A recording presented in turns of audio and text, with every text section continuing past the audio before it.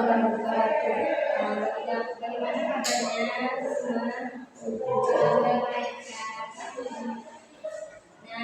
Terima kasih ya sudah menyempatkan waktu tenaganya untuk melakukan kegiatan kita pada hari ini.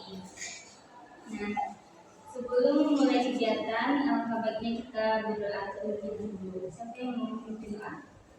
Baik, silakan. Baik semuanya, sebelum kita memulai kegiatan ini,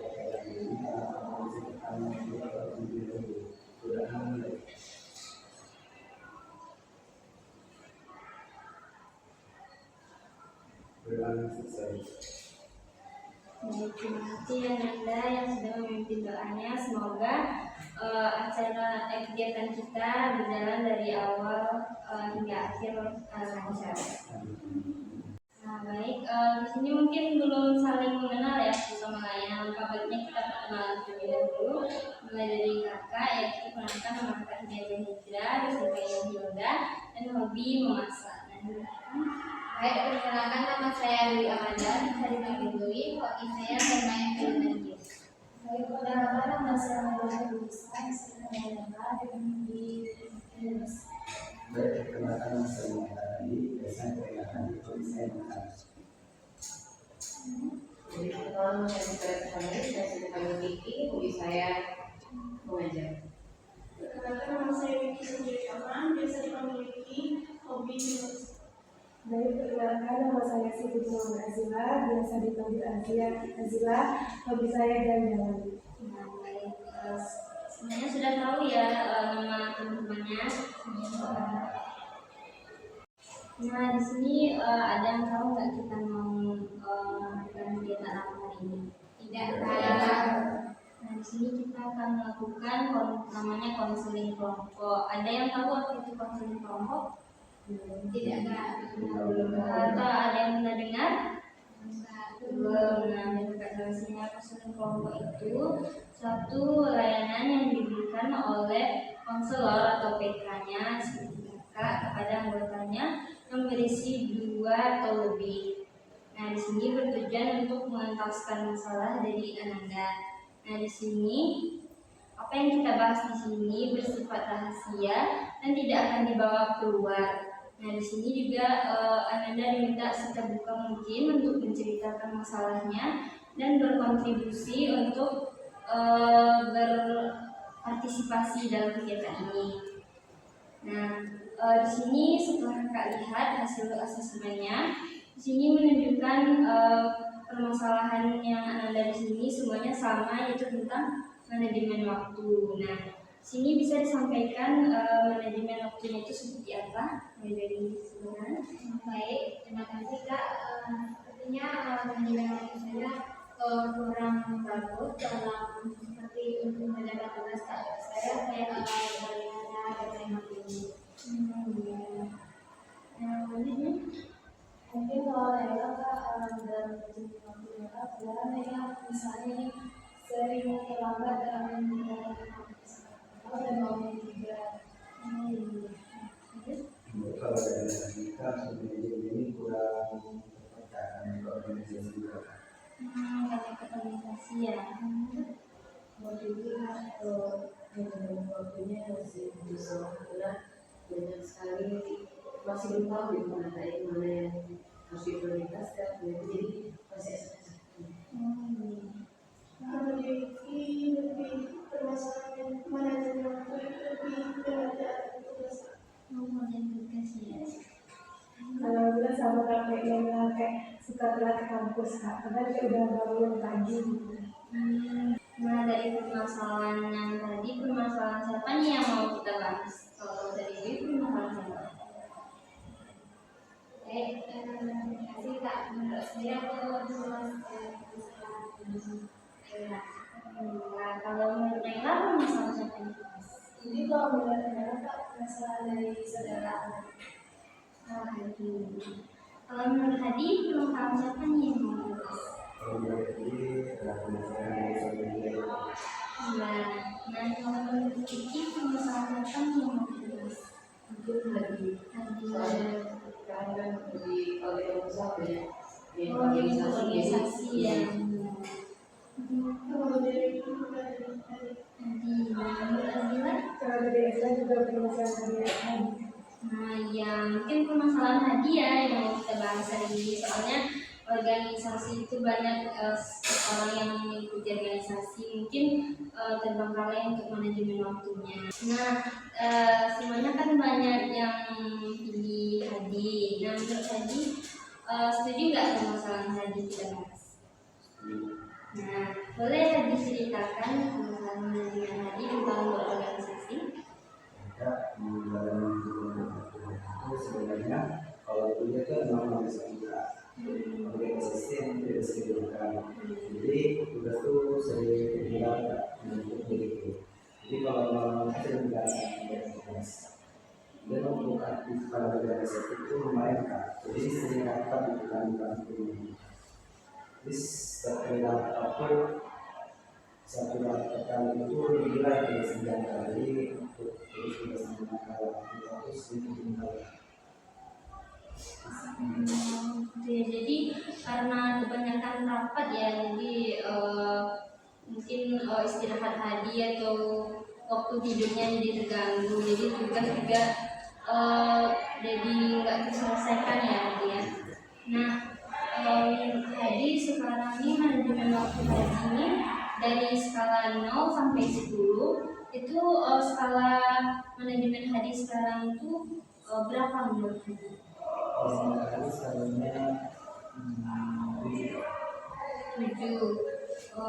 Kenapa bisa 7? Kenapa enggak 4? karena karena kita mau bos ada jadi untuk organisasi ini formatif jadi tidak terus. Oh gitu ya. Berarti Hadi tidak selalu mengampingkan perkuliahan enggak ya? Nah, bagaimana cara Hadi untuk mencapai tingkat 10 dari skala 7? Kalau bagi hari kan untuk kita kalau cari waktu luang itu memang berdekat. Cuma kita luangkan waktu gitu. Kalau kita luangkan itu kalau kita cari waktu yang luang itu tidak bisa. Tapi kita mau waktu itu baru bisa melakukan. Gitu. Yang menurut yang lain bagaimana untuk Hadi mencapai skala 10 dari 7? Nah, jadi menurut saya Hadi lebih berfokus juga ke tugas kuliahnya. Misalnya kan kita juga untuk mendapatkan nilai bagus juga harus dengan belajar. Terus tadi saya yang sampaikan ini mungkin tidak terlalu fokus pada organisasi ya. Nah, menurut yang lain?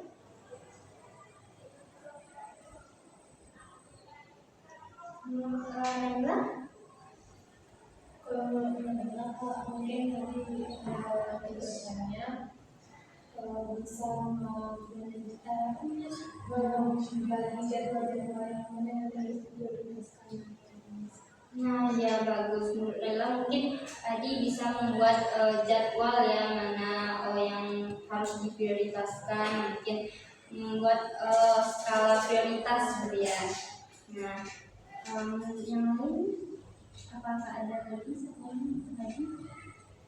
Menurut saya untuk manajemen waktu di organisasi ini benar-benar harus membuat skala prioritas karena yang namanya kuliah itu kan nomor satu karena itu pribadi kita kan, sedangkan organisasi itu untuk kampus jadi yang lebih penting dari diri kita gitu ya kan.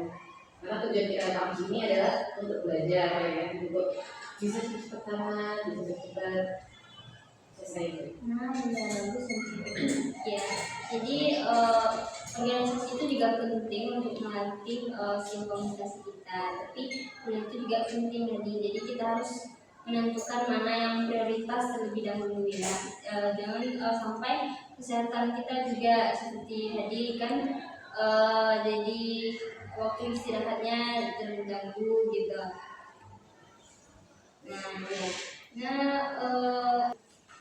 Nah, dari yang solusi yang diberikan oleh teman-teman tadi, Hadi pernah nggak sebelum merasakan sibuk ini, Hadi pernah yang merasakan waktu luang tapi tetap berorganisasi gitu.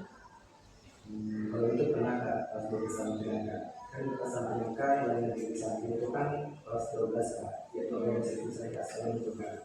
Tapi nggak kesibukannya itu tidak terlalu sibuk hari pada pas kuliah Kak.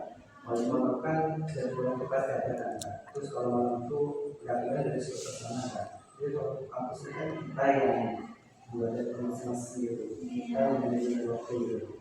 Jadi kalau sekarang ini kesibukannya lebih sibuk gitu, kalau sibuk pesantren gitu.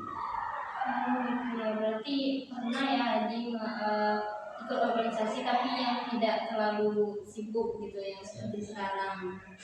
Eh, Gimana cara Hadi untuk seperti yang lalu tersebut, seperti yang pernah diikuti gitu? Kalau pesantren buka kalau mau libur waktu itu tidak terlalu sholat ya. Ya bagus, sholat ya. Nah menurut Hadi tadi sholat tuh kuncinya ya di biar semuanya kegiatan itu lancar, mungkin enggak yang seribet yang sekarang ya urusan organisasinya. Nah menurut yang lain apa nih solusi untuk tadi yang sibuk berorganisasi? Azila? Menurut Azila biar manajemen waktu lagi bagus kayak tadi tuh lebih menata waktunya mana yang penting dan mana yang prioritas, mana yang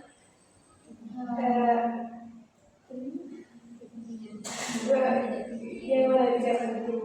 Nah iya, mungkin yang lagi lebih memprioritaskan ya mana yang penting dan yang enggak gitu. Nah seandainya nih besok malam Hadi itu ada keajaiban yang datang pada Hadi. Nah tadi itu besok tuh semua masalah Hadi itu hilang atau terselesaikan. Nah bagaimana harapan Hadi besok paginya? Kalau kan hari buka kita boleh bersyukur Kak, karena masih berdoa. Nah iya. Ada lagi? Aku yang ini itu kita lakukan surat dipakai ini. Iya. Nah dari yang diberikan solusi oleh teman-teman yang lain apa yang Bapak tadi sampaikan? Biasanya terima kasih kepada kawan-kawan yang berada di Hadi.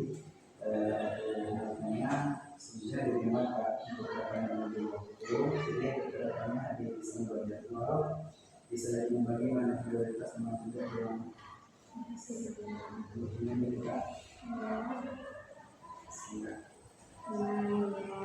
Jadi dari kegiatan kita hari ini apa yang dapat kita ambil dari permasalahan Hadi? Boleh sampaikan? Saya Kak. Jadi dari permasalahan yang kita bahas tadi Kak, kita dapat mengetahui yang mana yang harus kita prioritaskan dulu, mana yang wajib kita kerjakan dulu Kak. Jadi kita juga bisa untuk membuat schedule atau waktu untuk mana yang belajar, mana yang untuk berorganisasi gitu.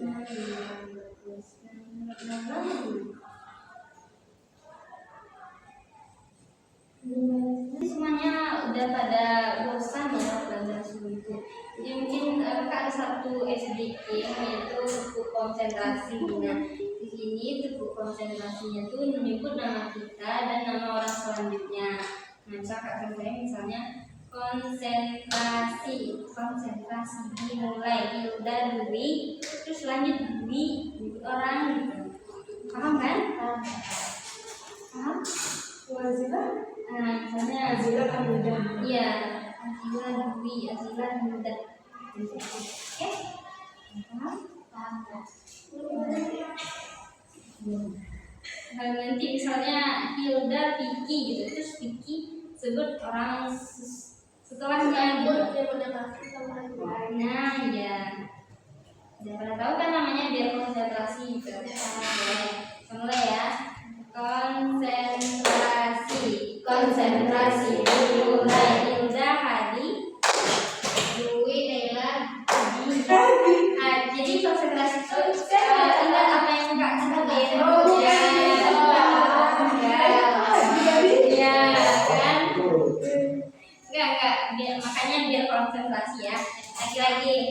Konsentrasi. Konsentrasi dimulai. Yuda, Naila. Naila, Hadi. Lanjut. Hadi, Azila. Azila, Hadi. Lagi. Hadi, Dwi. Dwi, Hadi. Hadi. Bikin berubah ya. Oke, lagi. Tenang lagi ya. Oke, konsentrasi. Konsentrasi. Mulai. Yuda, Vicky. Iya, Vicky. Ah, iya. Dari kamu dulu baru Ya, jadi pertama diri kita dulu, baru orang lain. Ya. Konsentrasi dimulai. Yuda, Dwi. Dwi, Nela, Naila, Hadi. Hadi, Azila. Azila, kan sudah. Yuda, Vicky.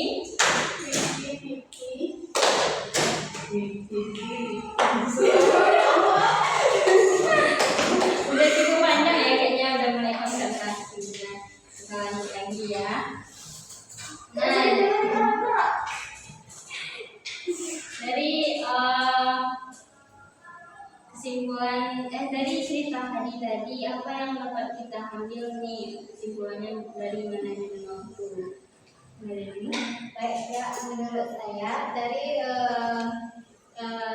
cerita yang kita bahas tadi permasalahan tadi, jadi saya dapat mengetahui mana yang lebih prioritas dan mana yang tidak prioritas dan juga lebih didahulukan belajar. Jadi kita juga bisa manajemen waktu kita untuk membagi waktu antara tugas kuliah sama juga dengan waktu lanjut. Mungkin mereka yang belajar dari permasalahan si saudara Dika bahwa yang itu perlu dan bisa membagi waktu dengan baik. Mungkin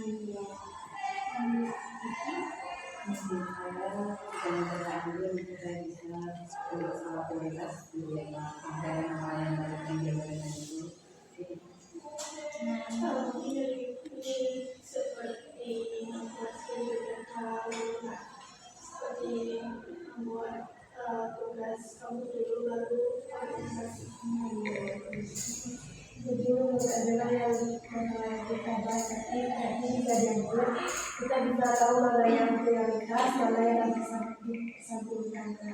Kita harus fokus ke belajar biar belajar lebih juga. Fokus ke kuliah dulu ya. Nah, sudah sampai kita di penghujung kegiatan kita. Nah, ada nggak pesan dan kesan dari kegiatan kita hari ini? Baik Kak, pesannya bagi saya di sini, semoga kita lebih sukses lagi dan juga lagi lebih bisa untuk bergabungnya. Dan pesannya kita sudah sampai di penghujung kegiatan kita ya. Nah, siapa yang ingin menyampaikan pesan dan kesan kegiatan kita ini? jadi pesan saya itu kesannya saya merasa di pertemuan kita ini saya sangat menyenangkan dan juga dapat mengetahui banyak hal. Dan untuk kesannya semoga kita lebih maju lagi. Yang lain? Jadi boleh. Saya juga memberikan pesan-pesannya, keluarga dan kita akan tidak seruka. Saya dapat pelajaran sama-sama mengajukan. Untuk pengalaman kita sana, kita menggunakan sertifikasi belajar. Ini dia kampus juga. Ya boleh. Berarti kita tidak harus yang di dalam kampus ya. Dan satu lagi, kalau bisa kalau ada konsumsi ya. Oh iya, boleh sambil makan sambil apa gitu ya. Oke, baik. Yang lain? Dari Vicky boleh? kesan dan pesannya? Saya sangat senang karena ada kegiatan seperti ini, jadi saya bisa meluangkan apa yang saya rasakan, jadi saya juga bisa menemukan jawaban-jawaban yang saya butuhkan. Mungkin keputusannya ke depan lagi sesuai dengan tadi, selain mungkin bisa. Iya, baik. Iya, Ya, untuk kosan ya. sampai Terima kasih kepada rekan-rekan yang sudah menyempatkan waktunya. Nah, untuk konseling kelompok kita besok lagi, kita mau adakan di hari apa dan di mana? Boleh mulai sekarang? Enggak boleh? Iya, di Nah, Jumat depan ya. Oke. Sepakat semuanya di Jumat depan? Oke, mungkin pertemuan besoknya lagi kita membahas masalah-masalah yang lain lagi ya. Oke, Kakak sebagai PK mengucapkan banyak terima kasih dan maaf atas kesalahan atau ucapan yang tidak terletak pada tempatnya. Nah, untuk penutup kita bacakan Alhamdulillah sama-sama. Alhamdulillahirabbil alamin. Baik, assalamualaikum warahmatullahi wabarakatuh. Waalaikumsalam warahmatullahi wabarakatuh. I just had to let you know you're